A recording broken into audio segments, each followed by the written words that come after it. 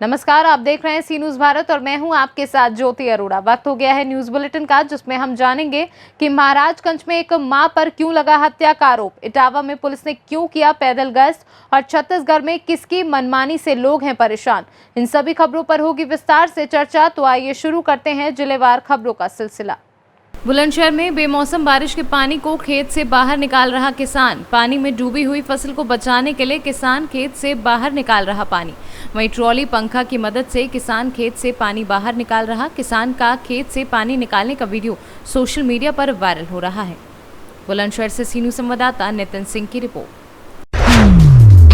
जिले के Pakhanjur civil hospital में डॉक्टर की मनमानी और जादू टोटके जैसे चिकित्सा करने का मामला सामने आया है, जिसमें हड्डी के डॉक्टर द्वारा चिकित्सा करने आए महिला को बिना देखे दवाई दे दी और उस महिला को पैर में हुए जख्म को ठीक करने के लिए लोहे को गर्म कर पैर में हुए जख्म की जगह उपचार के लिए कहा, जिससे महिला ने आरोप लगाया कि डॉक्टर मुझे मेरे जख्म को बिना देखे ऐसे कैसे दवाई दे सकते हैं। महिला ने कहा कि मेरे बेटे द्वारा बार बार मेरे जख्म को देखकर दवाई देने की बात कही, फिर भी डॉक्टर बिना देखे ही दवाई लिख दी है। साथ में ये भी आरोप लगाया कि डॉक्टर द्वारा चिकित्सा के दौरान डॉक्टर अपने फोन में लगे थे, जिससे डॉक्टर की चिकित्सा पर सवाल उठ रहे हैं कि यहाँ एक डॉक्टर द्वारा बिना देखे, बिना चेक किए, मरीज को बिना टच किए उन्होंने उनको दवाई लिखे और जादू टोना वाला जो लोहे से उनके वहाँ गर्म करके ट्रीटमेंट की बात कही गई। इसमें किस प्रकार की सत्यता है?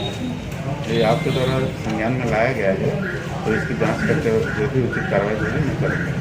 उसके साथ आप हॉस्पिटल में गए? अपने मम्मी को लेके गया हॉस्पिटल, सरकारी हॉस्पिटल, तो हड्डी डॉक्टर के पास लेके गया स्लिप कटा के, तो वो फोन में बात ही कर रहा था। तो मैं बोला कि सर थोड़ा आप चेक कर लीजिए, चेक करके दवाई देने से आपका ठीक था।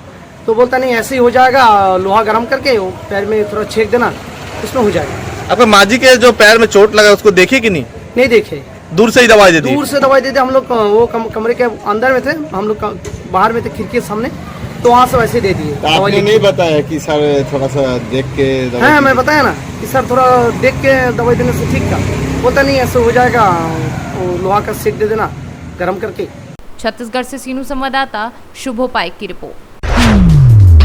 विकासखंड ताखा जनपद इटावा के कस्बा उसराहार में आज वरिष्ठ पुलिस अधीक्षक ग्रामीण के आदेश अनुसार एवं क्षेत्राधिकारी भरतना के निर्देश में आस्थाना अध्यक्ष गंगादास गौतम ने अपने सभी हमराज्यों के साथ पैदल गश्त किया और कई स्थानों पर वाहन चेकिंग अभियान चलाए। 4 पहिया वाहन व 2 पहिया वाहन पर बिना हेलमेट ड्राइवरी लाइसेंस और 2 से ज्यादा सवारी होने पर चालान भी किया। इटावा से सीनू संवाददाता नीलेश कुमार की रिपोर्ट। महाराजगंज जनपद के नौतनवा थाना क्षेत्र के बैजनाथपुर चरका गांव में ममता को शर्मसार कर देने वाला मामला सामने आया है। गांव के ही पति पत्नी के विवाद में 2.5 साल की एक मासूम बच्ची की मौत हो गई। मृतक बच्ची के पिता के द्वारा अपनी ही पत्नी पर बच्ची की हत्या कर देने का आरोप लगाते हुए पुलिस को दिए तहरीर के बाद पुलिस ने मृतक बच्ची की मां को हिरासत में लेकर पूछताछ शुरू कर दी है। वहीं बच्ची के शव को पोस्टमार्टम के लिए भेज दिया गया है। घटना के बाद मौके पर पहुंचे पुलिस अधीक्षक प्रदीप गुप्ता ने घटनास्थल का जायजा लेते हुए आरोपी पत्नी को हिरासत में लेकर पूछताछ जारी है। साथ ही पुलिस अधीक्षक ने बताया कि बच्ची के शव को पोस्टमार्टम हेतु भेज दिया गया है। पोस्टमार्टम रिपोर्ट आने के बाद ही असली सच्चाई का पता चल पाएगा। फिलहाल आरोपी पत्नी को हिरासत में लेकर पूछताछ की जा रही है।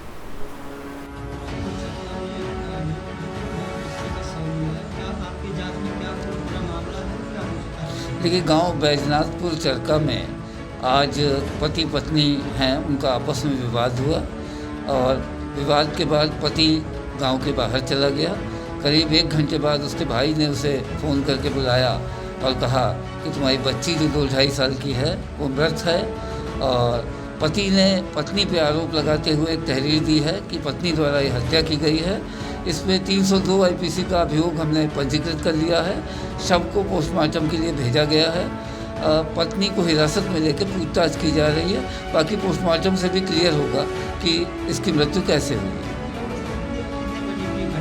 घटना सुबह 10 बजे की है। महाराजगंज से सीनू संवाददाता श्रवण यादव की रिपोर्ट।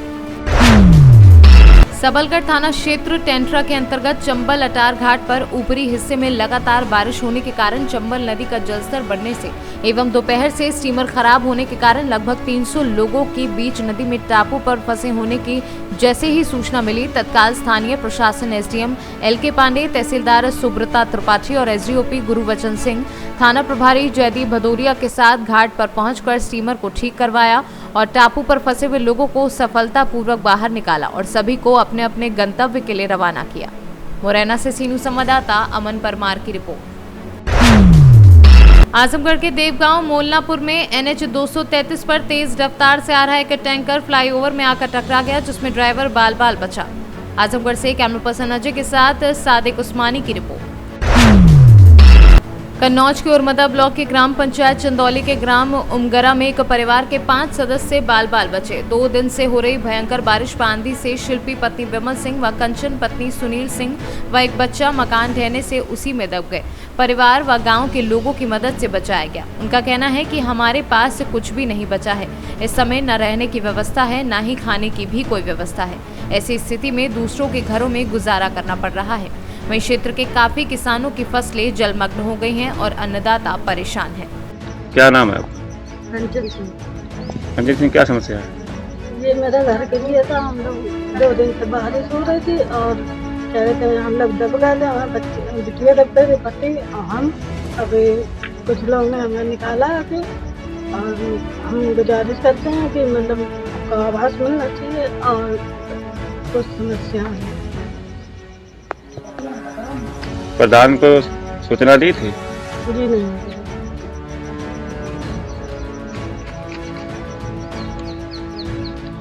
क्या नाम है आपका? क्या समस्या है तुम्हारी? हमारा घर पूरा गिर गया है, छप्पर गिर गया, मरने से बच्चे सब, कहीं बैठने उठने की जगह नहीं है। उनको प्रधान से सहायता आवास की और मुआवजे की। प्रधान को फोन किया था? क्या बोले प्रधान?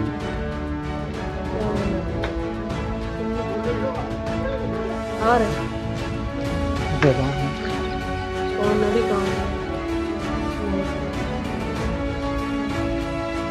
कन्नौज से सीनू संवाददाता पंकज कुमार की रिपोर्ट।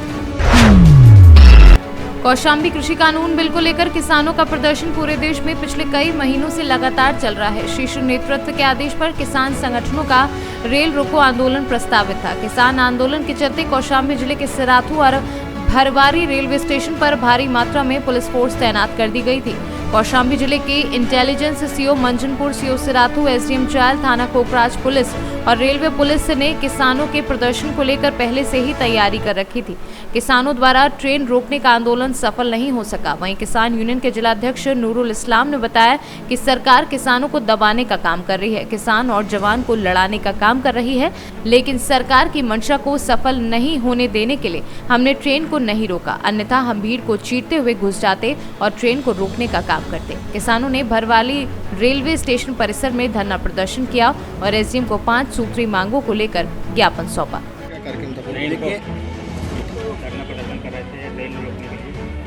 देखिए, हम लोगों को एक निर्देश था कि हम लोगों को रेलवे के चक्का जाम करना। ये निर्देश हम लोगों को राष्ट्रीय नेतृत्व से मिला था। जो समस्याएं राष्ट्रीय लेवल पर हैं, कृषि कानून को लेके, न्यूनतम समर्थन मूल्य को लेके, लखीमपुर खीरी कांड को लेके, लेकिन मैं आपको एक बात से आश्वस्त करूं, सम्मानित पत्रकार बंधुओं, हमको सरकार ने आज आगे किया था जवान और किसान को लड़ाने के लिए। ये जो जवान खड़े हैं ना, हम जय जवान जय किसान का नारा लगाते हैं, ये भी किसान के बेटे हैं, इस लिहाज से हम आगे नहीं गए। मैं आपसे कहता हूँ, इनसे ज्यादा नेता भीड़ में होते तो उन नेताओं को चीर के हम रेलवे स्टेशन में ट्रेन के अंदर घुस जाते, लेकिन हमने आज उस चीज से परहेज किया है कि सरकार की नीति है कि किसान को और जवान को लड़ाने की। जवानों को आगे किया था, किसान पीछे हो गए हैं सम्मान में। और जब भी इस देश में सरकार को कहीं से भी दिक्कत आती है तो जवान और किसान को लड़ाने का काम करती है।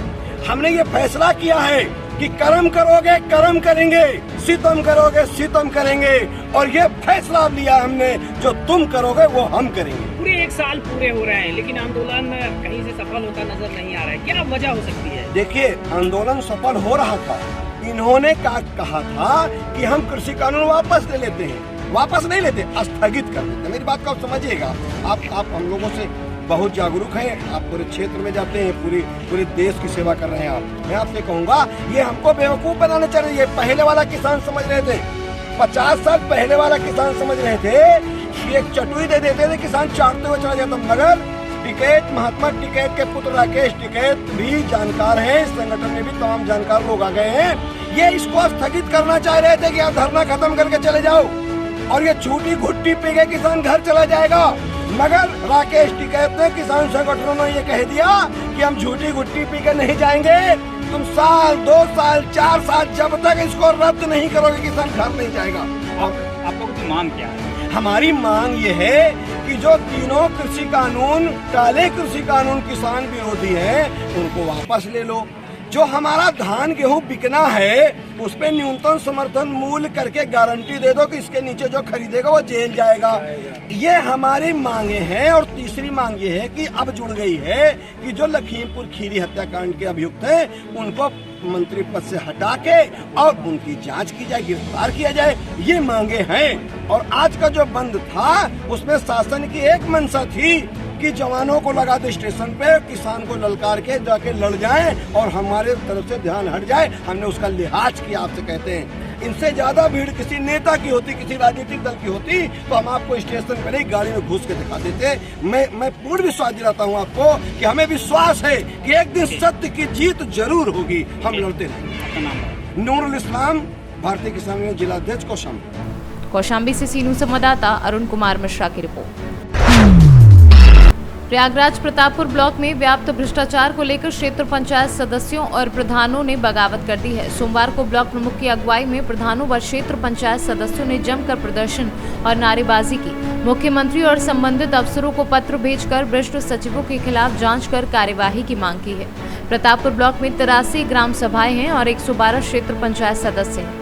विगत दिनों ब्लॉक के ग्राम पंचायत अधिकारी और ग्राम विकास अधिकारियों ने ब्लॉक प्रमुख शैलेश यादव पर अपने फर्मों पर भुगतान किए जाने का दबाव का आरोप लगाते हुए 7 बिंदुओं पर आरोप लगाकर खलबली मचा दी है।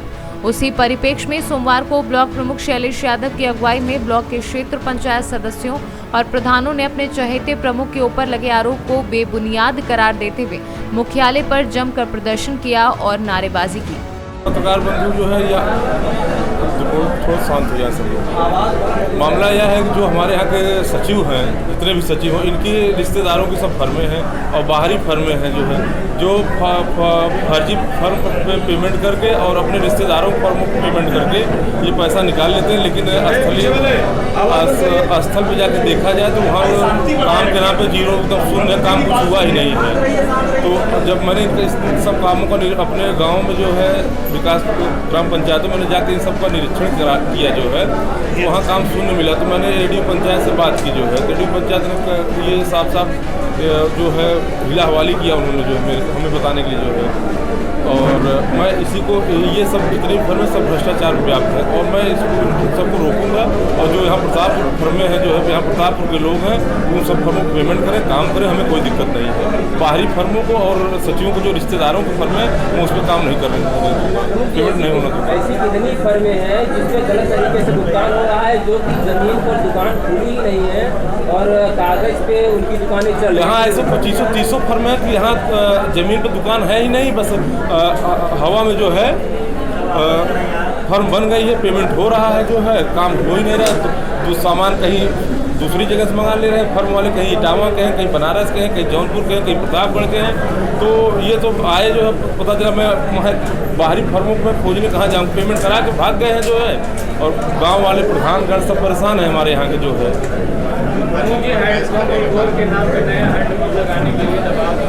नहीं, ऐसा ये सब निराधार कोई सच्चाई नहीं है। माननीय हौसला जी जो है, एक JMI जी जो महोदय है, ये खुद ब खुद अपने गांव में सब नए रिपोर्ट लगवा रहे हैं, रिपोर्ट वगैरह सब लगवा रहे हैं जो है। रिपोर्ट करा के हर ग्राम पंचायत 2-2, 4-4 के नाम पे जो है, ये यहाँ पे महीना बांधे हुए, एक रिपोर्ट में जो है 2000, 5000 ये पैसा लेते हैं।